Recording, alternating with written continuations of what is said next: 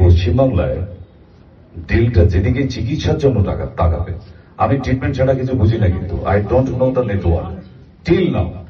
আর সেই নিয়ে আমার গোলক স্যার আজ অব্দি আমাকে বোঝাতেও আসেনি। একটা কথা, স্যার আপনাকে বুঝতে হবে না তো, I don't know the plan, I don't know the network, I know only treatment.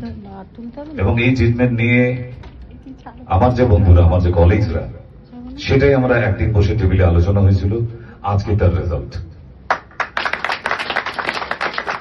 একটা দিন গল্পের ছলে আমাকে নিমন্ত্রণ জানানো হয়েছিল ফার্ম রেসিডেন্সিতে।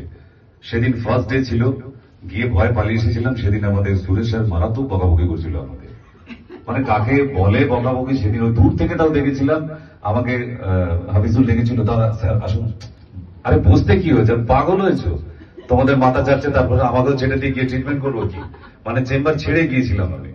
তো বললো তাহলে বসবেন না? না ভাই, আমার হয়ে গেছে, আমার দ্বারা হবে না, উনি যা বকাবকি করছেন এই মহল আমার জন্য নয়। তা সেদিন চলে এলাম, আবার একদিন ডাকে আমায়। তা সেদিন প্রথম ছিল সবার সঙ্গে, ম্যাডামের সাথেও সেদিন সাক্ষাৎ। আমি তখন কাউকে চিনতাম না, এমনকি গোলক স্যারকে অব্দি চিনতাম না। আমি ভাবতাম সামনে একটা অ্যাসোসিয়েট বসে আছে সামনে, তো